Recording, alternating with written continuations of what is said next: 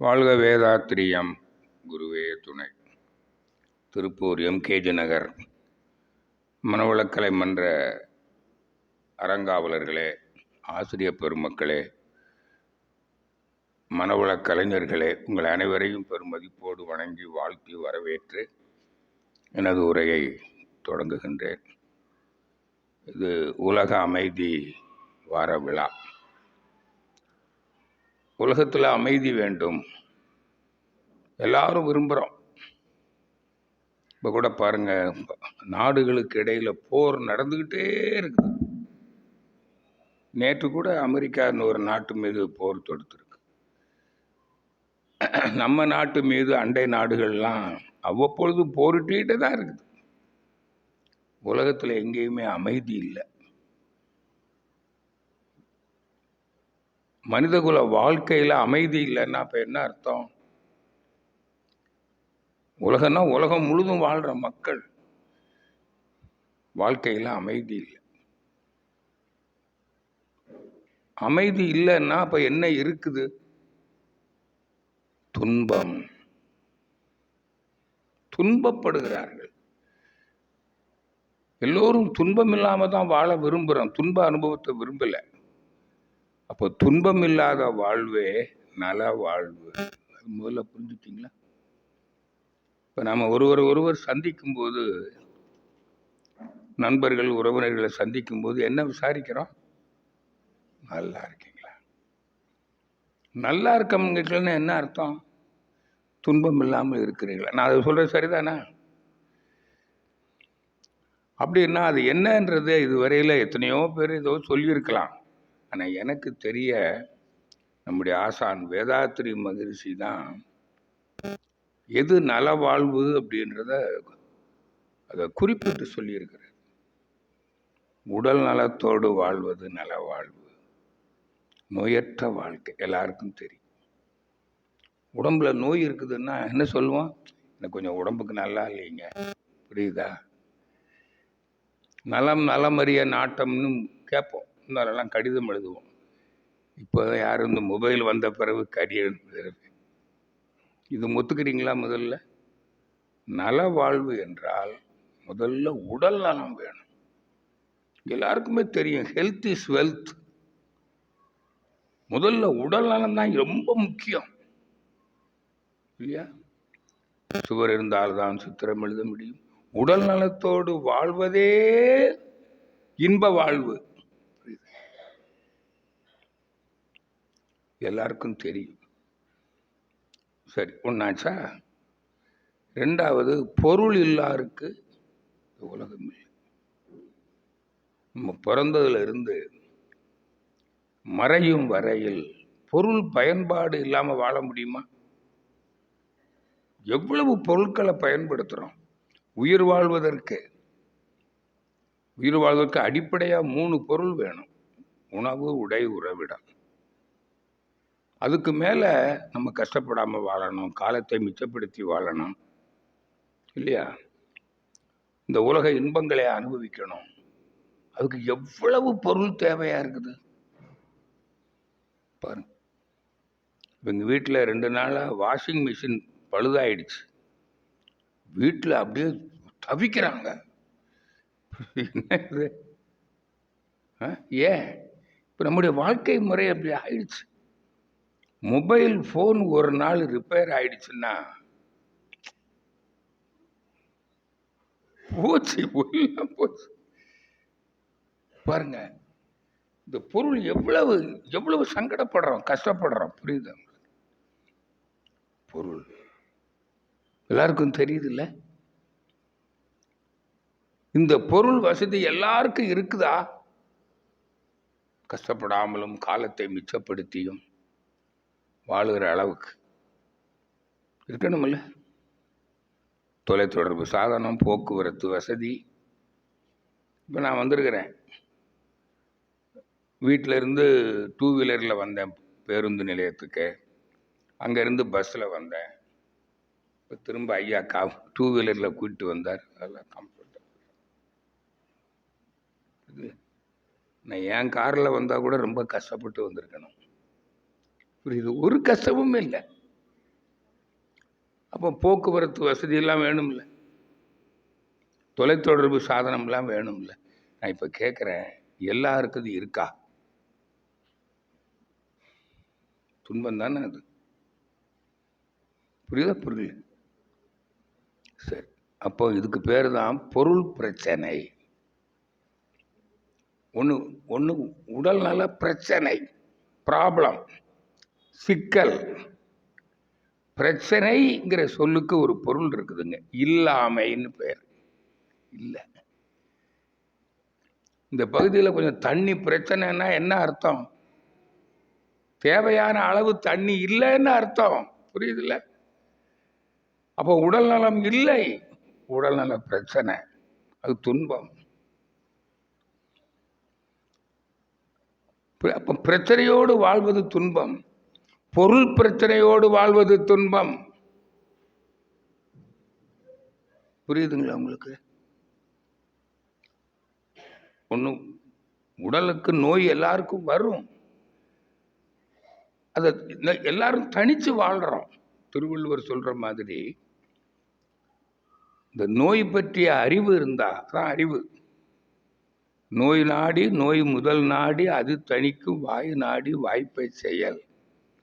அப்ப நோய் பற்றிய அறிவு இப்ப புரியுது இல்ல? நோய் எப்போ வருது, எதனால வருது, இந்த நோய்க்கான காரணங்கள் என்ன, நோயின்னா என்ன? அப்ப நோயின்னா என்ன, அது ஒரு அறிவு. நோய்க்கான காரணம் அந்த அறிவு, அந்த நோயை தணிக்கும் அறிவு, இந்த அறிவு வேணுமா இல்லையா? புரியுதா? இப்ப இந்த அறிவு இருந்தால் வாழலாம்.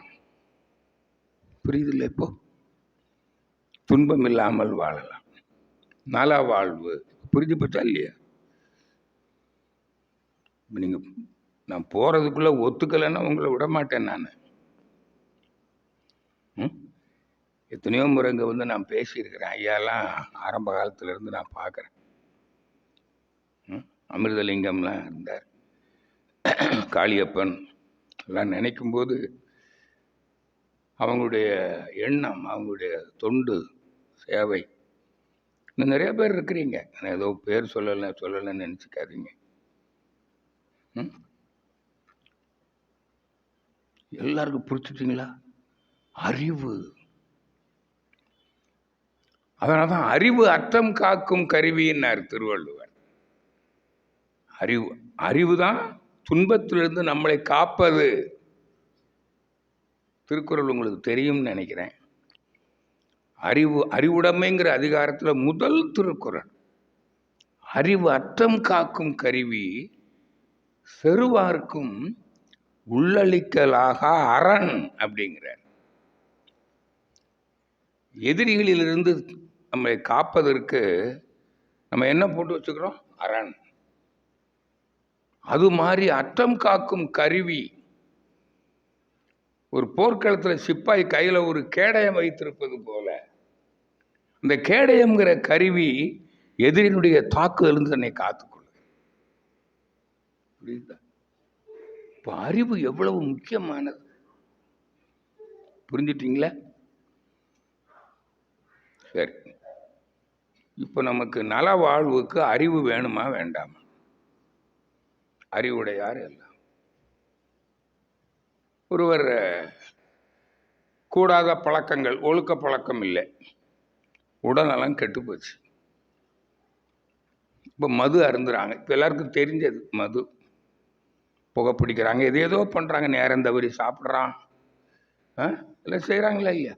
உணவில் ஒழுங்கு இல்லை, உழைக்கிறது இல்லை, உறக்கத்தை கெடுக்கிறான், இல்லைங்களா? புலன் இன்பங்களை அளவுக்கு மேலே அனுபவிக்கிறான்,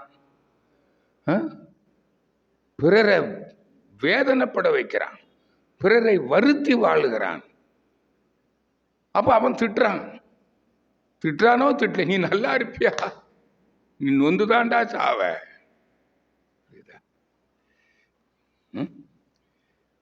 அப்போ நீங்க பிறருடைய வருத்தத்தை சம்பாதிச்சா அவங்களுடைய வேதனை நமக்கு என்னவா வருங்க? நோய் வரும். இதான் ஒழுக்கம் கெட்ட செயல். ஒழுக்கம்னா என்ன? நிறைய பேருக்கு, எனக்கெல்லாம் தெரியாது. முதல்நிலை அகத்தாய்வுக்கு வந்த போது அப்படியே நான் வியந்து போனேன். மகரிஷி ஒழுக்கத்துக்கு ஒரு டெஃபினிஷன் கொடுத்தாரு பாருங்க. தனக்கோ பிறருக்கோ, தற்காலத்தோ பிற்காலத்தோ, உடலுக்கோ மனதுக்கோ துன்பம் தராமல் வாழ்வதுதான் ஒழுக்கம். அப்ப துன்பம் தந்தால் அதுக்கு என்ன அடையாளம்னா அதான் தீவினை, கர்மா, பாவப்பதிவு. புரியுதா? பாவ செயல்.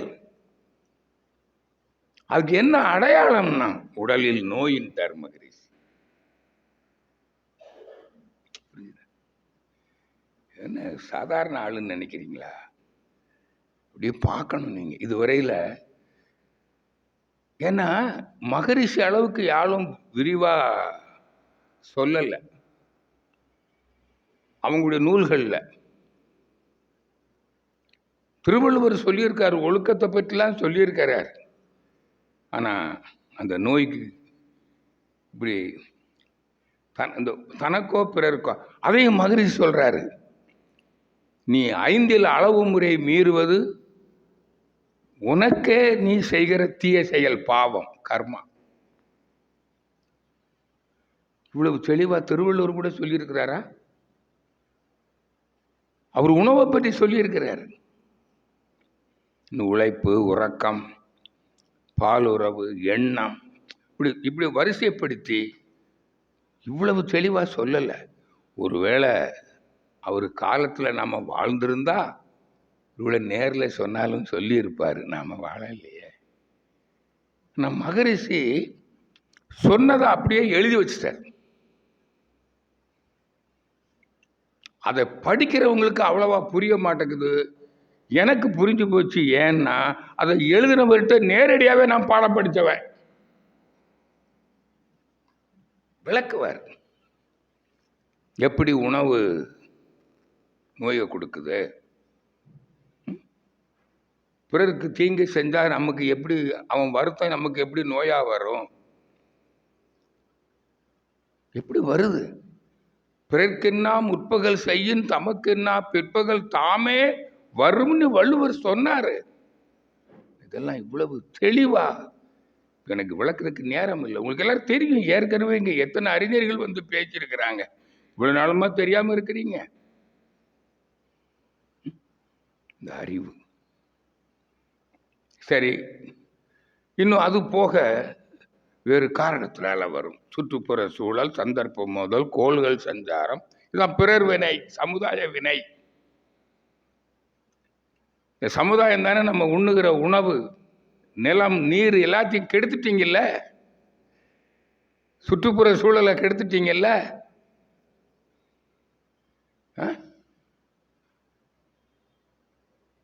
எல்லாம் நோய் வருதா வரலையா? இப்போ ஒரு அரசியல் தலைவர் கத்திக்கிட்டே கிடக்கிறார்.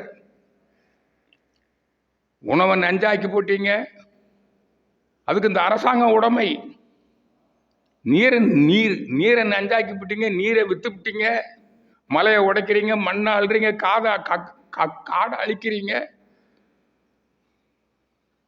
புரியுதா? இது யாருடைய செயல்? நாம தான். புரியுதா? நாம தான் செஞ்சோம்.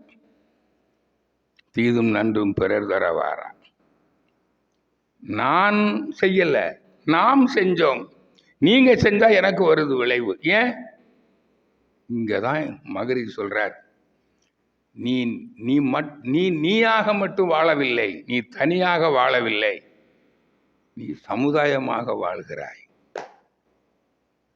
புரியுதா? ஒரே குலம், ஒன்றே குலம், ஒருவனே மனித குலம், அத சமுதாயம். அப்ப சமுதாய வாழ்வில் நான் செய்கிற செயலுக்கு மட்டும் எனக்கு விளைவு வர்றதில்லை. இந்த சமுதாயத்தில் யார் ஒரு தீய செயல் செஞ்சாலும் அது என்னையும் பாதிக்கும். ஏன்? I am not away from the society. Man is A social being.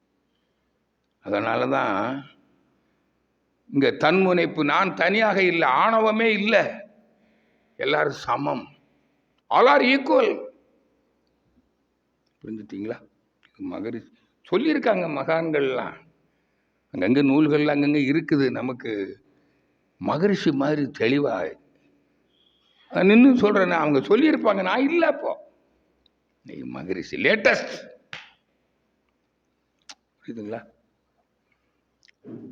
அப்போ இந்த காரணத்தினாலையும் நம்ம முன்னோர்கள் செஞ்சிருப்பாங்கல்ல, பழைய சமுதாயம், நம்ம பெற்றோர்கள், மற்ற சமுதாயம் செஞ்ச செயல், இதான் முன்வினை, தன்வினை.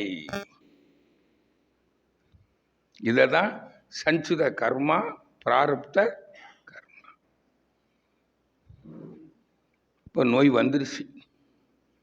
இப்போ நோய் எப்படி வந்தது? நோய்க்கு என்ன அடையாளம்? மகரிஷி சொல்றார், உடம்புல இந்த உயிர் சக்தின்னு ஒன்று இருக்கு இல்லையா, இந்த உடம்பை இயக்குகிற சக்தி, அதுக்கு ஒரு அளவில் அழுத்தம் இருக்கணும், வோல்டேஜ்னு.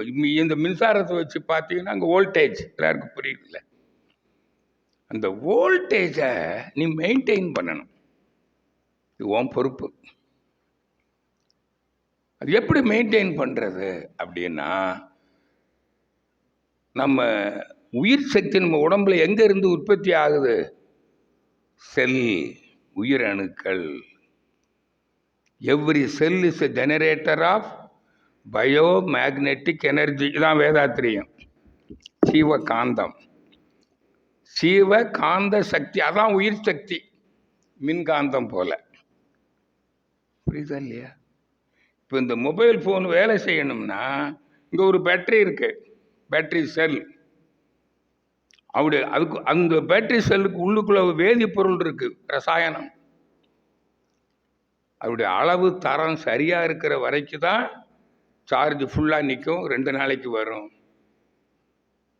காலத்தால் இது கெட்டு போச்சு, தரம் கெட்டு போச்சு, அல்லது பேட்டரி குவான்டிட்டியோ குவாலிட்டியோ குறைஞ்சிச்சுன்னா அங்கே காந்த சக்தி உற்பத்தி சரியா இருக்குமா?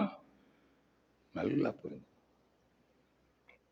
அப்போ இந்த ரசாயன குழப்பம் ஏற்படும் போது நோய் வருகிறதுன்னு கண்டுபிடிச்சார். அதைத்தான் இன்னைக்கு விஞ்ஞானத்தில் நல்லா புரிஞ்சுங்க. நோய் வந்துருச்சுன்னா இன்னைக்கு ரொம்ப எளிதாக கண்டுபிடிச்சிடுறோம். ரத்தம் அல்லது சதை, செல் பரிசோதனை பண்ணுறோம்.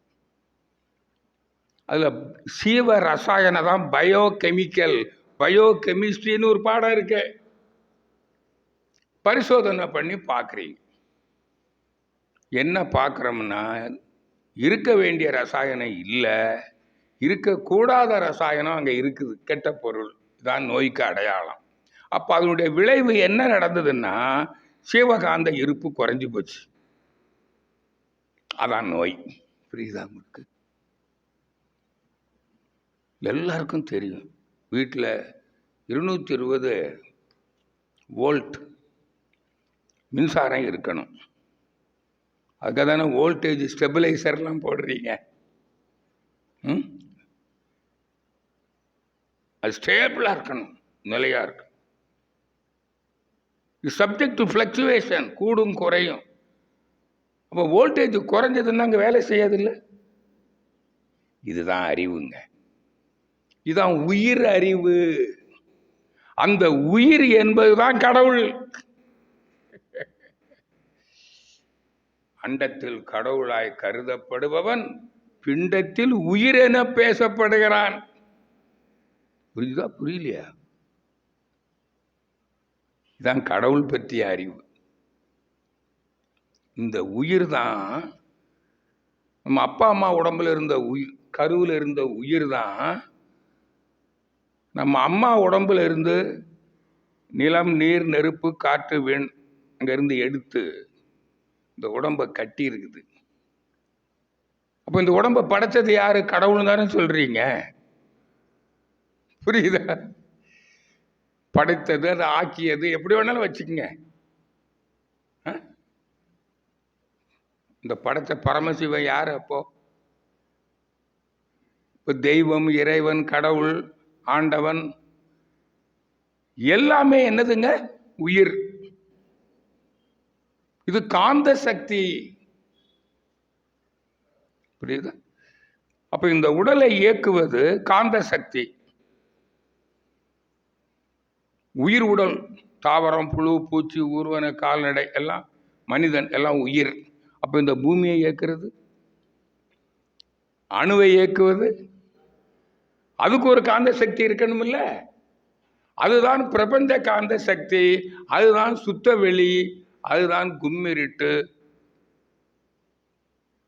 அது பெரிய கடவுள், இது சின்ன கடவுள். யாருக்காவது இன்னும் சந்தேகம் இருக்கா? அப்பா,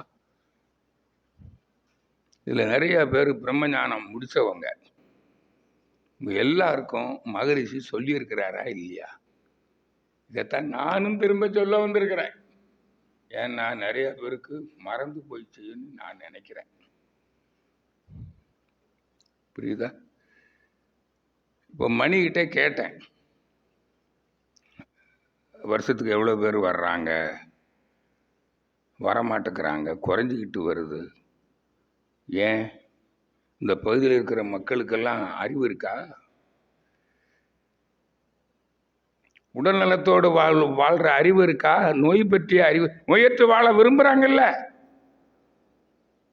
அந்த அறிவை அறிவதற்கு வாருங்கள்னு நீங்க கூப்பிட்டுருக்கணும். அவன் அறிவு திருக்கோயில்.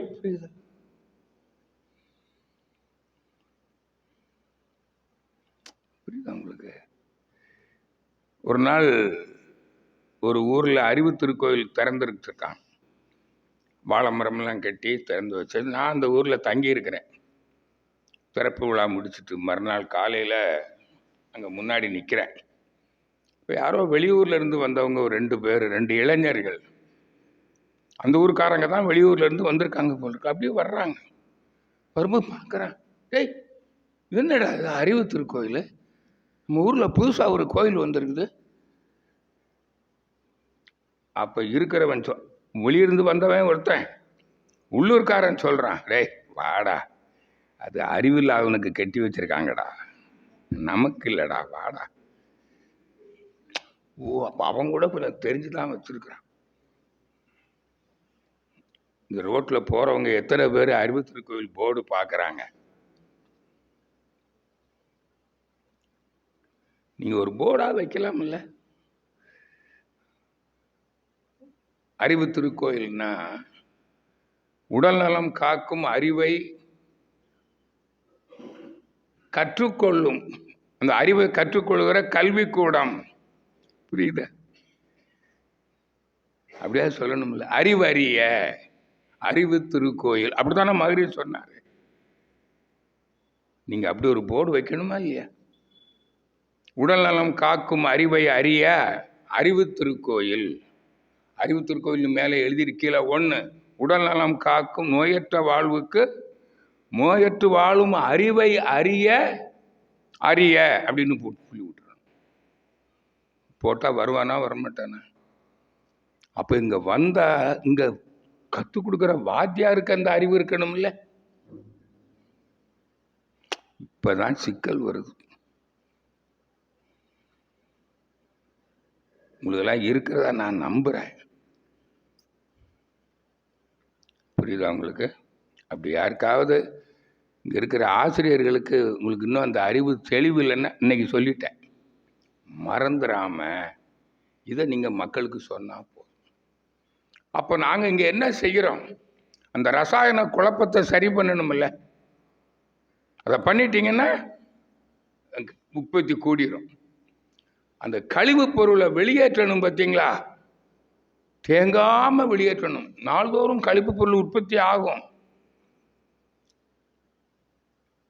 இப்போ பருத்தியை வச்சு நூல் செய்கிறீங்க, ஒரு பொருள் உற்பத்தி பண்ணுறீங்க, கழிவு பொருள் வருமா வராதா?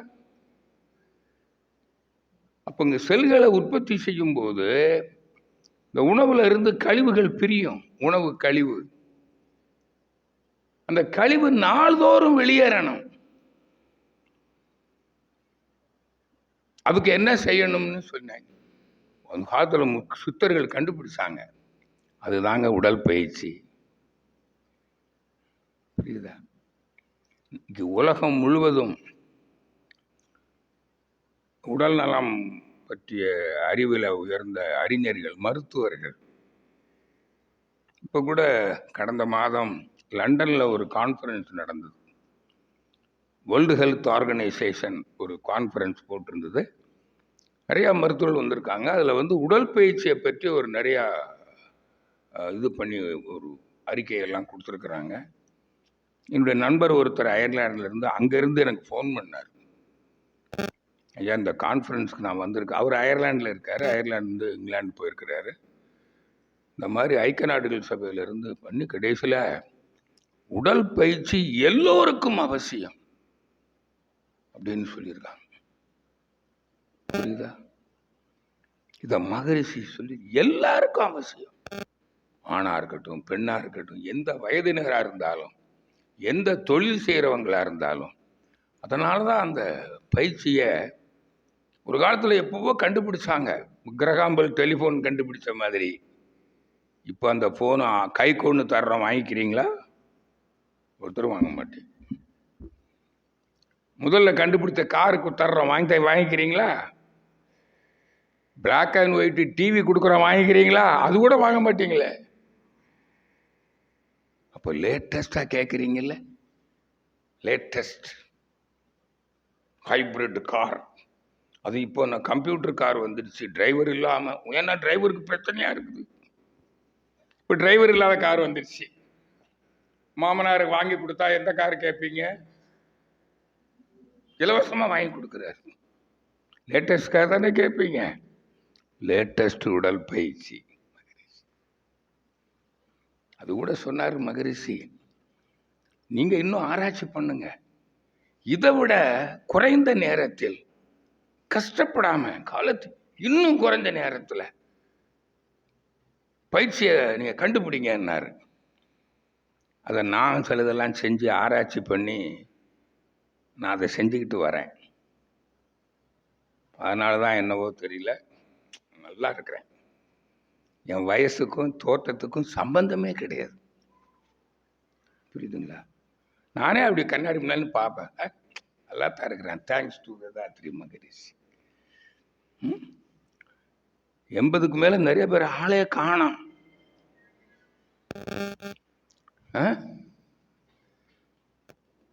ஏன் போனா உங்களுக்கு சர்க்கரை இருக்கா? இல்லை. பிபி இருக்கா? இல்லை. முழங்கால் வலி இருக்கா? இல்லை. வாய்வு தொந்தரவு இருக்கா? இல்லை. பார்க்குறான், கொடுத்து வச்சவன் சார். புரியுதுல்ல? வாழ தெரியணும். எனக்கு நோய் இருந்தது, நோயோடு தான் வந்தேன். அப்போல்லாம் முடிவு பண்ணியிருந்தேன், நான் நிச்சயமாக பணி நிறைவு பெறும்னால செத்தே போயிடுவேன். மனைவிட்டெலாம் சொல்லிட்டேன், அரசாங்க அதிகாரி செத்து போனால் என்னென்ன பணம் கிடைக்கும் தெரியுமா உனக்கு?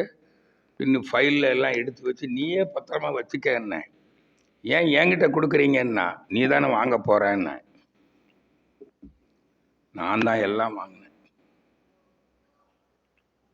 ரிட்டையர் ஆகி 24 வருஷம் ஆச்சு.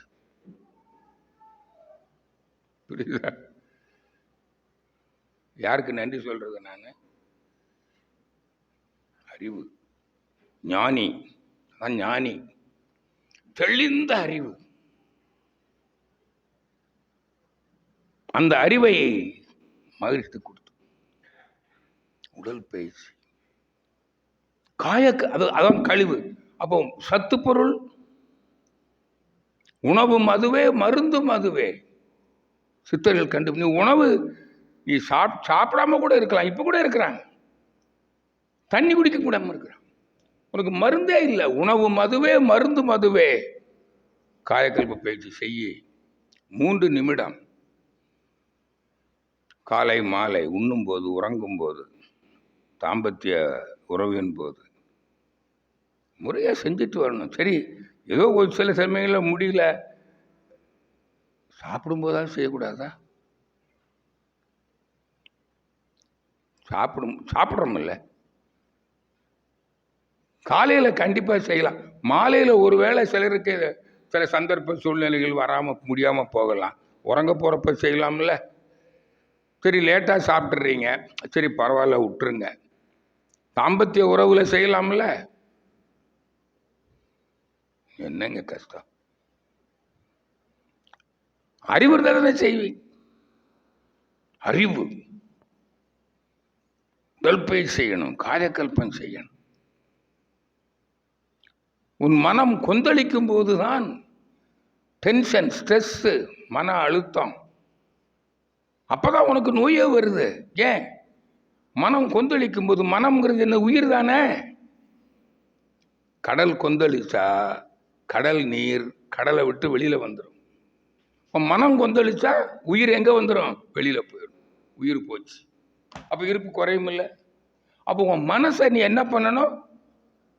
எப்பவுமே அமைதி நிலையில வச்சிருக்கணும். அதுக்கு அந்த மன அலையை கூட்டி குறைக்கிற கருவி என்னது? மூளை. அப்ப அந்த மூளை செல்களுக்கு ஒரு பயிற்சி கொடுக்கணும். அதை அமைதிப்படுத்தி படுத்தி படுத்தி காலை மாலை இருவேளையும் அவ்வப்போதும் நீ தவம் செய்ய வேண்டும். எப்பொழுதுமே புருவ மத்தியில் அல்லது உச்சந்தலையில உயிரை கவனிக்கணும். நீ தலை பாரமா இருக்குது, சூடு அதிகமாயிடுச்சு, அப்பதான் நீ மூலாதாரத்துக்கு கொண்டு வரணும். அதுவும் தவம் தான். நீ உயிரை மறக்கவே கூடாது, அவ்வப்பொழுது நினைச்சுக்கிட்டே இருக்கணும். அதுதானே தவம். நீ செஞ்சு பழகினாதானே செய்ய முடியும். தவம் செய்கிறீங்களான்னா செஞ்சுக்கிட்டு வந்தேன், இப்போ செய்கிறீங்களா? இப்போ செய்யலை. இப்போ ஒருத்தர் காலையில் அமெரிக்காவில் இருக்கார், கலிஃபோர்னியாவில். நான் ஒரு ராஜேஷுக்கு அடிக்கிறதுக்கு பதிலாக அவருக்கு அடிச்சு விட்டேன். அவர் திரும்ப கூப்பிட்டாரு. கூப்பிட்டு இப்போ சொல்கிறாரு, என்ன புண்ணியம் பண்ணணும், ராங் கால் எனக்கு கொடுத்தனால உங்ககிட்ட பேசுறதுக்கு வாய்ப்பு கிடைச்சது. அவர்கிட்ட தான் நான் கேட்டேன், நீங்கள் நல்லா இருக்கீங்களா, முதல்ல தவம் பண்ணுறீங்களான்னு கேட்டேன். எப்பாவது செய்வாங்கன்னார். ஆலியாருக்கு வரணும் சார், அடுத்த முறை இந்தியா வரும்போது ஆலியாருக்கு எதுக்கு வர்றீங்கன்னு கேட்டேன். முன்னால வந்தீங்கல்ல, தவமே பண்ணலையே, அப்புறம் எதுக்கு வரப்போறீங்க? முதல்ல அங்கே உட்காந்து ஒழுங்கா தவம் பண்ணுங்க, வரும்போது வாங்க. புரியுதா? உங்களை நேரில் பார்க்கணும். பார்த்து என்ன பண்ண போறீங்க? நீ தவம் பண்ணாம ஒன்றும் நடக்காது. நீ தவம் பண்ணாதான் மனமும் அமைதியா இருக்கும். சிந்திப்ப துன்பம் இன்பம் துன்பம் என்பது என்ன, நோய் என்பது என்ன, மகரிஷி சொல்றாரு. நோயினா இதுதான். அப்ப நீ மகரிஷி சிந்தித்து தானே இதை கண்டுபிடிச்சாரு, தவம் பண்ணி சிந்திச்சு. அப்ப நீ தவம் பண்ணி நீ சிந்திச்சாதான், சுயமாய் சிந்தித்தாதான் நோய்க்கான காரணம் தெரியும். சொல்லால் மட்டும் நம்பாதே, சுயமாய். அப்ப சிந்திப்பதற்கு மூளைத்திறன் வேணும் அல்லவா? தான் தவம். இப்ப நான் உரையாற்ற வந்திருக்கிறேன், இங்க கேட்க வந்திருக்கிறீங்க. அதை உள்வாங்கி அப்படியே சிந்திச்சு அப்படியே ஜீரணிக்கணும். அந்த சிந்தனை திறன் வேணும். Concentration power, grasping power, understanding power. அதுக்கு தானே உங்களுக்கு தவம் கொடுத்தோம். நான் சிலர் எதுக்கோ, எப்போ சார் அவர் பேச வருவார்? 6:30க்கு பேச, அப்புறம் அதுக்குள்ளே வந்துடுறேன். தவம் 6 மணிக்கு. 6 மணிக்கு வந்து தவம் பண்ணிங்கன்னா தான், நிலத்தை உழுது பண்படுத்தினா தான் நான் விதைக்கிறது முளைக்கும். தவம் எவ்வளவு முக்கியமானது புரியுத? உடல் நலத்துக்கு மருத்துவர்கள்லாம் சொல்றாங்க, தவம் பண்ணுங்க, நோய் எதிர்ப்பு சக்தி கூடும், இருக்கிற நோய் தானா குணமாகும். புரியுது இல்லை? இப்ப நல்லா புரிஞ்சு போச்சு. அப்படின்னா நம்ம இந்த உணவு, உழைப்பு, உறக்கம் இதெல்லாம் அளவு முறை மீறலாமா? முடிஞ்ச வரையில கவனமா இருக்கணும். இதனால் முடிந்த அளவில். ஏன்னா 100க்கு 100 யாராவது சரியா இருக்க முடியுமா? உணவில் ஒழுங்கு. காலையில் 8 மணிக்கு சாப்பிடணும், சத்துள்ள உணவு, தூய்மையான உணவு இதெல்லாம் சாப்பிடணும். குளிச்சுட்டு 3/4 மணி நேரம் கழித்து சாப்பிடணும். காலை மடித்து உட்காந்து சாப்பிடணும். டிவி பார்க்கக்கூடாது, பேசக்கூடாது. சாப்பிடும்போது சாப்பிட்ற நினைவோடு மட்டும் அதில் அரைச்சி கூழாக்கி உதட்டை மூடி தண்ணி குடிக்காமல் சாப்பிடணும். 1/2 மணி நேரம் கழித்து தான் தண்ணி குடிக்கணும். அடுத்த வேளை உணவு 5 மணி நேரம் கழித்து தான் சாப்பிடணும், 4 மணி நேரம் கழித்து. யாராவது ஃபாலோ பண்ண முடியுமா? ஒருத்தரும் முடியாது. அப்போ அப்படியே விட்டுடலாமா? விழிப்பு நிலை, அவேர்னஸ்.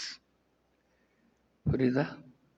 வெள்ளை சக்கரை நஞ்சுங்கிறோம், அப்புறம் அதை சாப்பிட்றோமில்ல. இப்போ நான் கூட டீ சாப்பிட்டு தான் வந்தேன், அதில் வெள்ளை சக்கரை தான் போட்டிருந்தது. பொதுவாக சாப்பிட்றதில்ல, நாட்டு சக்கரை போட கேட்பேன். இன்னைக்கு ஏதோ மறந்துட்டேன்.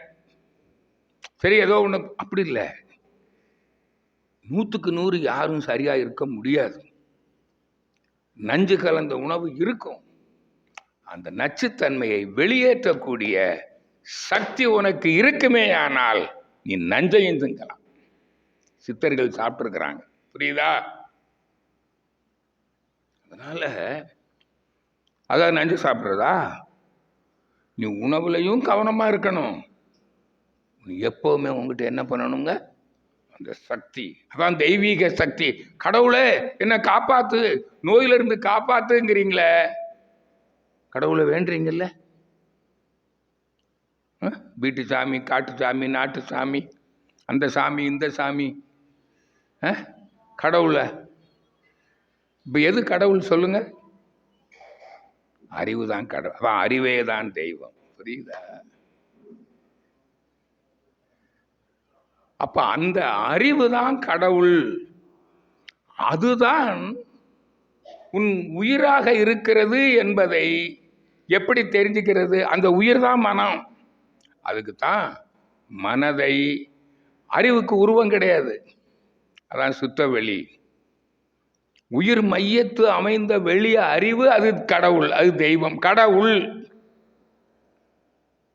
அதை உறுதிப்படுத்திக் கொள்வதற்கு அதான் துரியாதீத தவம், இறைநிலை தவம்.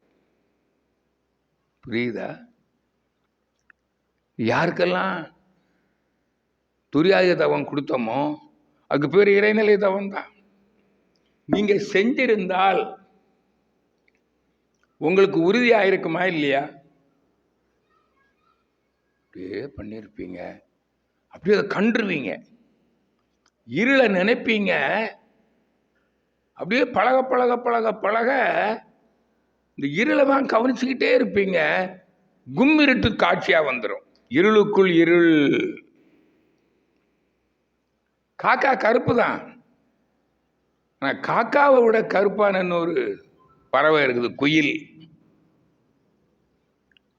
இந்த கருப்பை தான் நினைப்பீங்க, அப்படியே ஒரு நாள் அந்த குயில் கருப்பு காட்சி ஆயிடும்.